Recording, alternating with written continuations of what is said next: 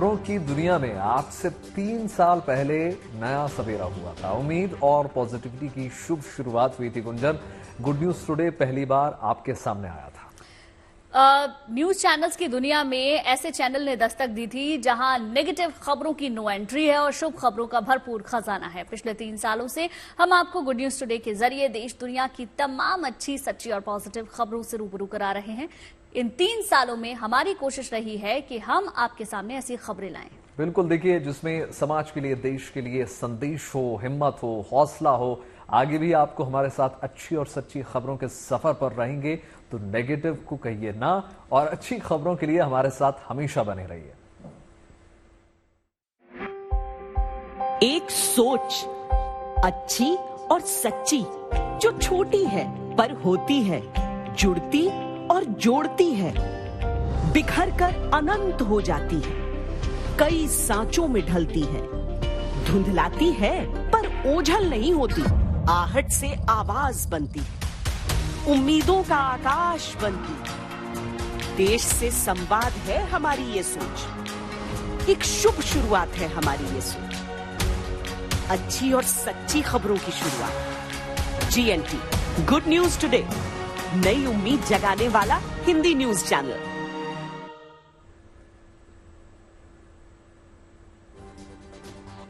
तो उसी good news के सिलसिले को जारी रखते हुए हम आपको लिए चलेंगे पेरिस से आए शुभ समाचार के पास। बीती रात जब हिंदुस्तान के लोग सो रहे थे तो 7 समंदर पार हमारे खिलाड़ी इतिहास रच रहे थे। पेरिस में इस वक्त पैरा ओलंपिक खेल चल रहे हैं और इन खेलों में इस बार हमने इतिहास रच दिया है। पहली बार हमारी मेडल टैली ने 24 का आंकड़ा छू लिया है। पेरिस में हो रहे पैरा ओलंपिक में भारत के खिलाड़ी जबरदस्त प्रदर्शन कर रहे हैं। देखिए, जिसकी बदौलत मेडल टैली में भारत 13वें नंबर पर पहुंच गया है, जो कि ऐतिहासिक है। भारत ने 7वें दिन 2 गोल्ड मेडल अपने नाम किए, जबकि 2 खिलाड़ियों ने सिल्वर मेडल पर कब्जा किया। प्रणव सूरमा को मेंस क्लब थ्रो में सिल्वर मेडल मिला। तीरंदाजी में हरविंदर ने देश को गोल्ड मेडल दिलाया है। इसी तरीके से अगर देखें तो शॉटपुट में सचिन सर्जेराव ने सिल्वर मेडल जीता है। इन सभी खिलाड़ियों की बदौलत भारत अब तक 24 मेडल अपने नाम कर चुका है। तो देखिए, बीते दिन पेरिस में भारत के लिए गोल्डन डे साबित हुआ और धर्मवीर भारत की शान साबित हुए। तो चलिए आपको बताते हैं कि कैसे यह संभव हुआ। क्योंकि मेंस क्लब में थ्रो में धर्मवीर भारती ने स्वर्ण पदक अपने नाम कर लिया। उन्होंने अपने चौथे प्रयास में 34.92 मीटर का थ्रो फेंका। दरअसल धर्मवीर की जो जिंदगी है वो तमाम उतार चढ़ाव से गुजरी है। कुछ साल पहले एक हादसे में धर्मवीर के जीवन को पूरी तरीके से बदल कर रख दिया था। एक प्रतियोगिता में गोला फेंकने के दौरान गलत अनुमान के चलते उनके कमर के नीचे चोट लग गई थी। कमर की चोट के बाद भी वो अपने पैरों से चल नहीं सकी, मगर उन्होंने हिम्मत नहीं हारी और वो पैरालंपिक में जुट गए। उनकी तमाम तैयारियों में, कोशिशों में जुट गए। इस काम में उनको पैरा एथलीट अमित सरोहा का पूरा सपोर्ट मिला और स्वर्ण पदक अपने नाम करके वो देश के सुपरस्टार अब बन चुके हैं। देखिए, वहीं पेरिस में जारी पैरालंपिक में तीरंदाज हरविंदर का भी खूब जलवा कायम है। उन्होंने इतिहास रचते हुए गोल्ड मेडल अपने नाम कर लिया, क्योंकि इतिहास में पहली बार ऐसा हुआ है जब भारत को तीरंदाजी में गोल्ड मिला है। इसलिए ये पदक बहुत खास है, स्पेशल है। इस कामयाबी पर प्रधानमंत्री नरेंद्र मोदी ने भी उन्हें फोन पर बाकायदा बधाई दी। प्रधानमंत्री ने पैरा तीरंदाजी में मिले इस पदक को बहुत खास बताया है। असल में हरविंदर हरियाणा के किसान परिवार से बिलोंग करते हैं, जिन्हें 1.5 साल की उम्र में डेंगू हुआ और उस दौरान जो इंजेक्शन लगे वो रिएक्शन कर गए। इंजेक्शन के रिएक्शन के कारण हरविंदर के पैरों की जो गतिशीलता है वो चली गई थी, मगर हरविंदर हार मानने को तैयार नहीं हुए और 2018 में उन्होंने जकार्ता एशियाई पैरा खेल में गोल्ड अपने नाम कर लिया। उनकी लगन देखकर पिता ने अपने खेतों को तीरंदाजी रेंज में बदल कर रख दिया और उसी की बदौलत 3 साल बाद उन्होंने टोक्यो में कांस्य अपने नाम किया और इतिहास रच दिया। देखिए, पेरिस पैरा ओलंपिक में भारतीय खिलाड़ियों का शानदार प्रदर्शन जारी है। टोक्यो ओलंपिक में जितने मेडल आए थे, इस बार वो संख्या अभी ही पार हो चुकी है, जबकि 4 दिन का खेल अभी बाकी है। उम्मीद है इस बार नए रिकॉर्ड बनेंगे, क्योंकि खिलाड़ियों में जोश भी है, तैयारी भी है। प्रधानमंत्री भी लगातार खिलाड़ियों की हौसला अफजाई कर रहे हैं, जो उनके लिए बड़ी प्रेरणा है, क्योंकि प्रधानमंत्री मोदी चाहे दुनिया के किसी भी कोने में क्यों ना हो, खिलाड़ियों की हार जीत के लम्हों को शेयर करना नहीं भूलते।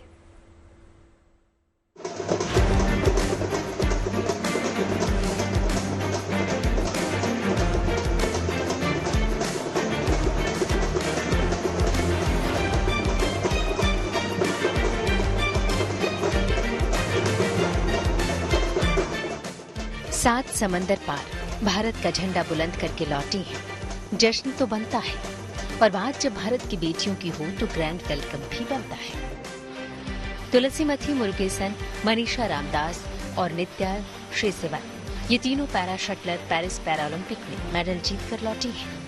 बैडमिंटन में तुलसीमथी मुरुगेसन ने सिल्वर और मनीषा रामदास और नित्या श्रीसेवन ने ब्रॉन्ज मेडल जीता है।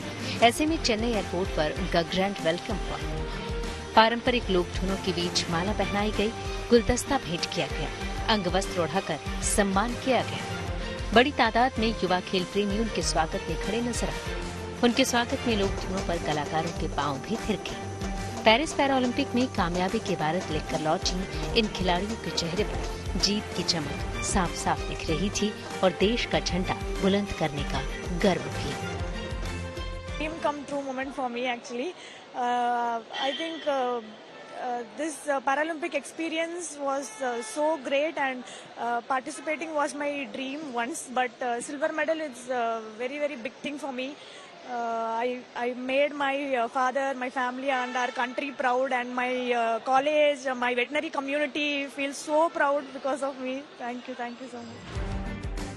ये वो थे जो जीत की इबारत लिखकर लौट आए हैं। कुछ खिलाड़ी अब भी पेरिस में कामयाबी की कहानी लिख रहे हैं। भारतीय पैरा तीरंदाज हरविंदर सिंह भी उनमें से एक है, जिन्होंने बुधवार को तीरंदाजी में गोल्ड मेडल जीतकर इतिहास रच दिया। वो पहले ऐसे भारतीय पैरा तीरंदाज बन गए हैं जिन्होंने पैरा ओलंपिक में गोल्ड मेडल अपने नाम किया है।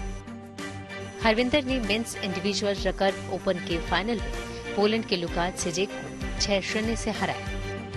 हरियाणा के अजीत नगर में एक किसान परिवार में जन्मे हरविंदर सिंह की इस ऐतिहासिक कामयाबी पर पीएम मोदी ने बधाई दी। उन्होंने सोशल मीडिया पर हरविंदर सिंह की तारीफ में लिखा, उनकी सटीकता, फोकस और अटूट भावना शानदार है। भारत उनकी उपलब्धि से बहुत खुश है। पीएम मोदी ने पैरा एथलीट सचिन सर्जेराव खिलाड़ी को भी जीत की बधाई दी। सचिन ने बुधवार को हुए मेंस शॉटपुट F46 मुकाबले में सिल्वर मेडल जीता है। ये पहला मौका नहीं है जब पीएम मोदी ने खिलाड़ियों को जीत के बाद बधाई दी हो या उनसे फोन पर बात की हो। ये तो भारत में अब एक ट्रेंड बन गया है, जिसे देखकर दुनिया हैरान है। हैरान हो भी क्यों ना, पीएम मोदी चाहे कितने भी व्यस्त क्यों न हो, बड़े मुकाबलों में खिलाड़ियों की हौसला अफजाई करना नहीं भूलते। हाल ही में विदेश दौरे पर होते हुए भी उन्होंने ब्रुनेई में समय निकालकर खिलाड़ियों से बात की। एक खिलाड़ी के लिए इसके क्या मायने हैं, जेवलिन थ्रो में गोल्ड मेडल जीतने वाले पैरा एथलीट सुमित अंतिल से सुनिए। ये बहुत मोटिवेट करता है। जैसे कल मेरी ऑनरेबल पीएम साहब से बात हुई थी, तो मैंने उनको भी बोला कि सर जैसे आप बात करते हो तो मतलब काफ़ी मोटिवेट करती है किसी भी खिलाड़ी को, क्योंकि हम भी यही सोचते हैं कि अभी नेक्स्ट में और अच्छा करना है कि पीएम सर दोबारा से बात करेंगे और देश के प्रधानमंत्री से बात करना है, it's an honour to us. और मैं थैंकफुल हूँ गवर्नमेंट का और ऑनरेबल पीएम सर का कि इतना साथ दे रहे हैं वो एथलीट्स का। बहरहाल पेरिस पैरा ओलंपिक में भारत का शानदार सफर जारी है। टोक्यो ओलंपिक का मेडल रिकॉर्ड पहले ही टूट चुका है और मैदान में भारतीय खिलाड़ियों को दम दिखाने के लिए कुछ और दिन बचे हैं। 8 सितंबर को पेरिस पैरा ओलंपिक खत्म होगा, तब तक भारत में आ रहे मेडल की गिनती जारी रखिए। Bureau report, good news today. और अब बात विदेशी धरती पर भारत के दमखम की करेंगे। प्रधानमंत्री नरेंद्र मोदी सिंगापुर दौरे पर हैं और आज भारत और सिंगापुर के बीच कई समझौते होने जा रहे हैं। लेकिन उससे पहले सिंगापुरी सिटी में संसद भवन में प्रधानमंत्री मोदी का गर्मजोशी के साथ स्वागत हुआ। भव्य उनका स्वागत हुआ। तस्वीरें देखिए दो। सिंगापुर की संसद में प्रधानमंत्री मोदी पहुंचे और वहां पर उनका बाकायदा राजकीय स्वागत हुआ। प्रधानमंत्री को गार्ड ऑफ ऑनर दिया गया, फिर प्रधानमंत्री ने हस्ताक्षर किया। आज भी तमाम व्यस्ततम उनके कार्यक्रम रहने वाले हैं, जिसमें तमाम बिजनेस टाइकून से वो मुलाकात करेंगे। ऐसे में 2 तस्वीरें देखिए, आज का दिन बहुत महत्वपूर्ण रहने जा रहा है। तो देखिए 2 तस्वीरें आपको दिखा रहे हैं किस प्रकार से सिंगापुर दौरे के दौरान प्रधानमंत्री नरेंद्र मोदी का गर्मजोशी के साथ स्वागत हुआ संसद भवन में। उनको बाकायदा गार्ड ऑफ ऑनर दिया गया। प्रधानमंत्री सिंगापुर से भी उनकी मुलाकात हुई और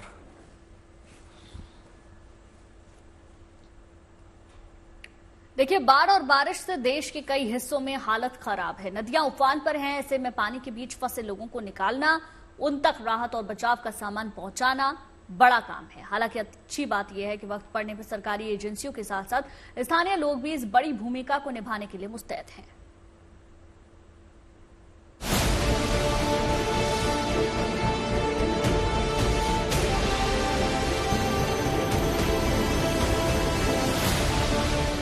जो जहां गया वहीं फंस गया।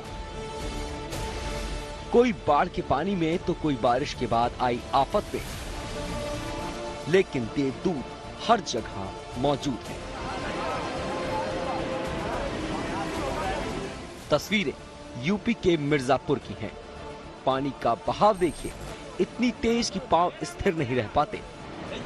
ऐसे में ये 2 लड़के बीच नदी में फंस गए। ये लोग यहाँ के मशहूर वाटरफॉल लखनिया दरी में पिकनिक मनाने आए थे।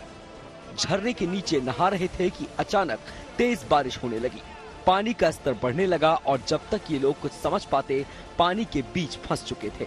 ऐसे में दोनों ने एक चट्टान की शरण ली और उस पर बैठ गए।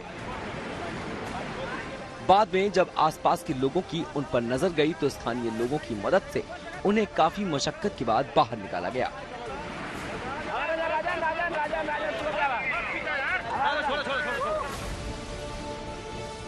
रात के अंधेरे में चारों तरफ पानी ही पानी हो और आप बीच में फंसे हो। सोचिए इस युवक को कैसा महसूस हो रहा होगा। तस्वीरें गुजरात के नर्मदा की हैं और अंधेरी रात में पानी के बीच फंसा ये युवक राजस्थान का है। नाम है रविराज। रविराज एक बरसाती अंधेरी रात में पिकअप वैन से 2 गांवों के बीच बनी एक पुलिया पार कर रहे थे और फंस गए, क्योंकि नर्मदा के तिलकवाड़ा तहसील में एक ही दिन में इतनी ज्यादा बारिश हुई थी कि वहां बहने वाली अश्विन नदी उफान पर आ गई।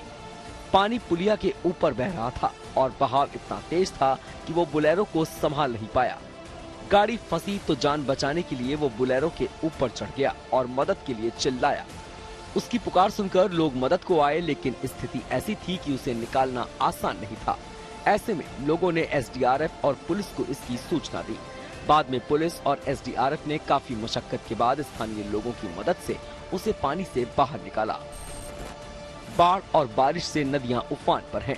ऐसे में देश के कई हिस्सों में हालात बेकाबू हैं।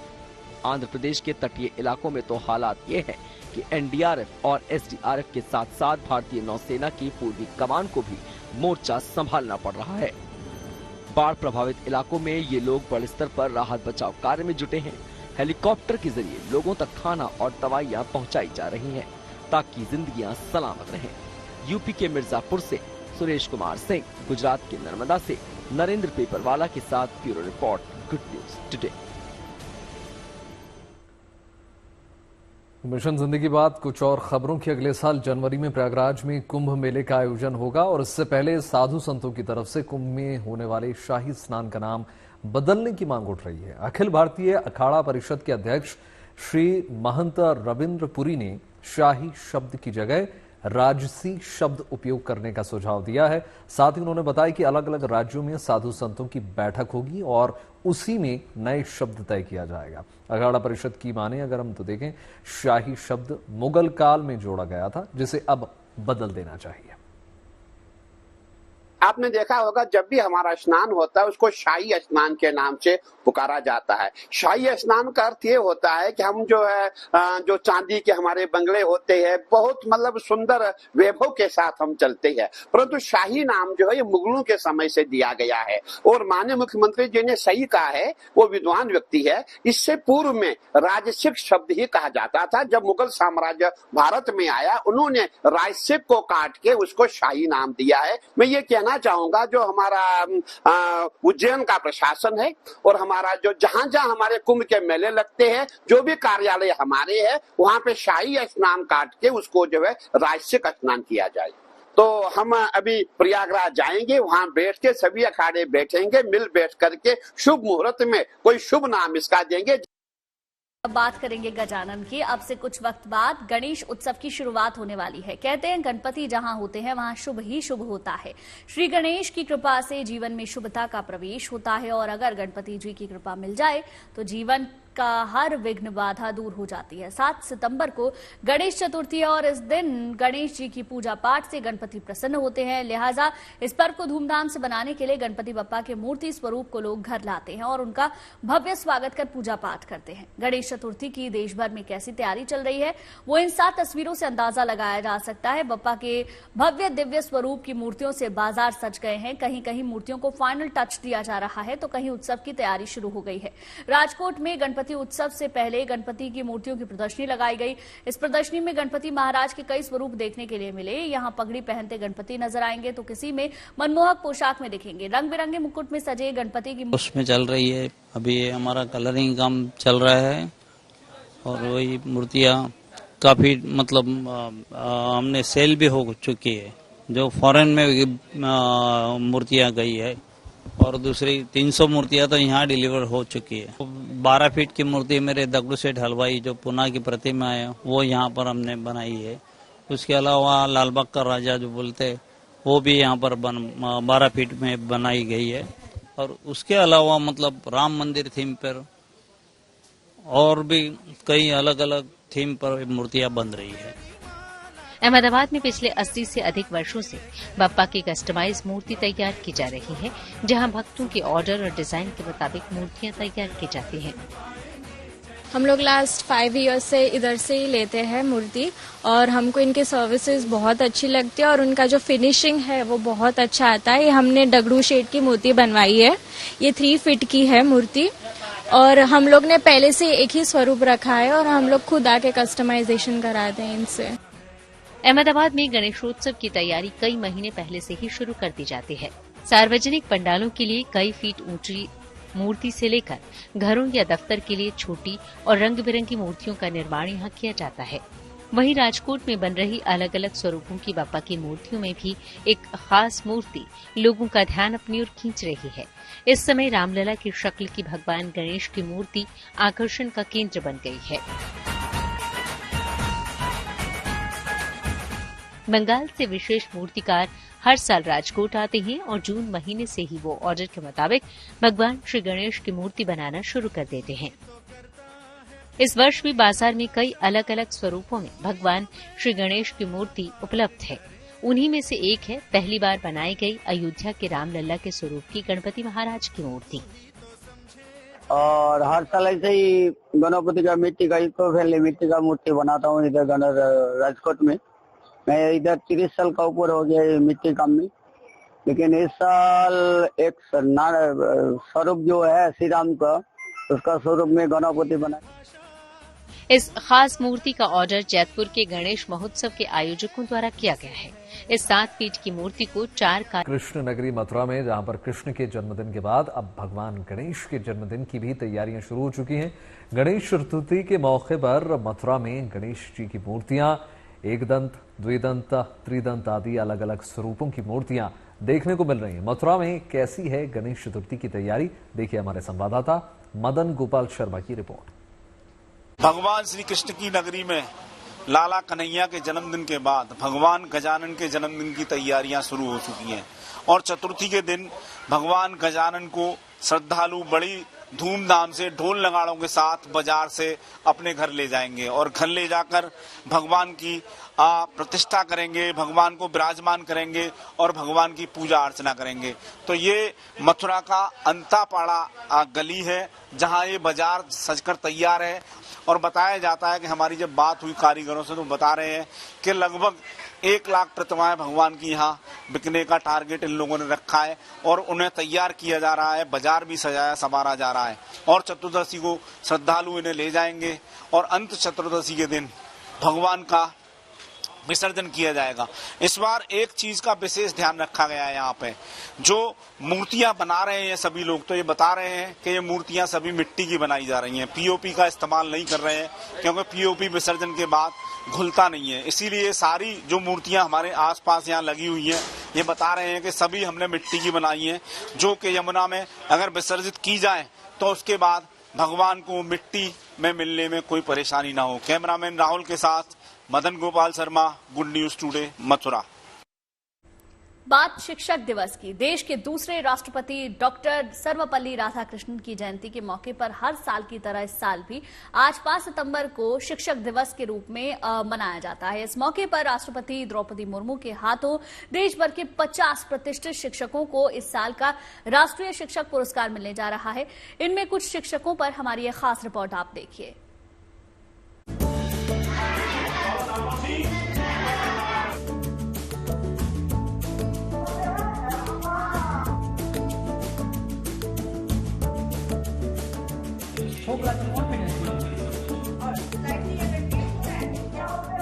अपने ज्ञान की बदौलत छात्रों के जीवन में बदलाव लाने वाले इन शिक्षकों को अब से कुछ घंटों बाद राष्ट्रीय शिक्षक पुरस्कार से सम्मानित किया जाएगा।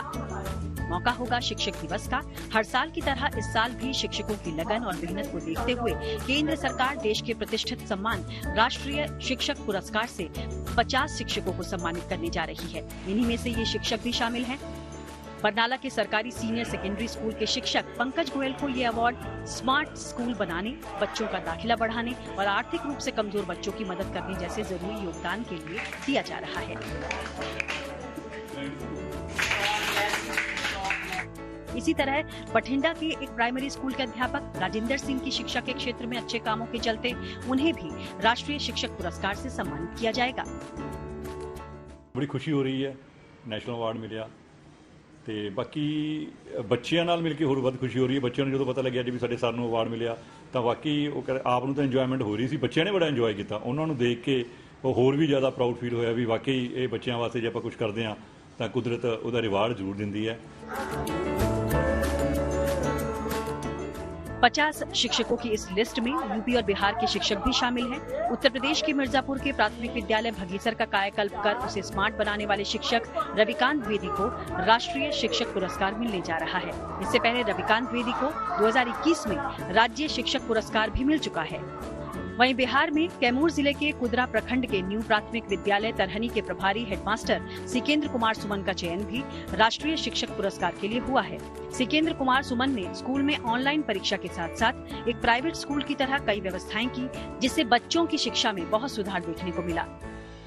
पहले बच्चे काफ़ी ड्रॉप आउट होते थे, कुछ बच्चे स्कूल नहीं भी आते थे, मगर इन सभी समस्याओं को काफ़ी संघर्ष के बाद हम लोगों ने ख़त्म कर दिया है। अब हमारे यहाँ 90% से एबव उपस्थिति प्रतिदिन बच्चों की रहती है।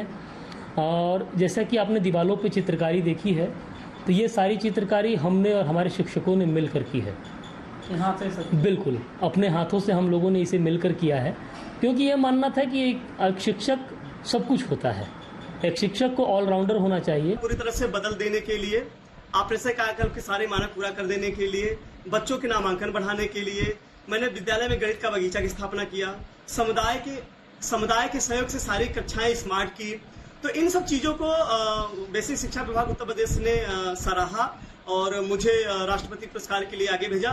तो मैं शुक्रगुजार हूं, मैं शुक्रिया करता हूं बेसिक शिक्षा विभाग उत्तर प्रदेश का। उधर मध्य प्रदेश के डिंडोरी जिले के जवाहर नवोदय विद्यालय की शिक्षिका सुनीता गुप्ता को भी शिक्षक दिवस के मौके पर सम्मानित किया जाएगा। गणित विषय को लोकप्रिय बनाकर पढ़ाने, मीडिया के विभिन्न माध्यमों खासकर यूट्यूब के जरिए गणित विषय को पढ़ाने पर उन्हें राष्ट्रीय शिक्षक सम्मान से सम्मानित करने का ऐलान किया गया है।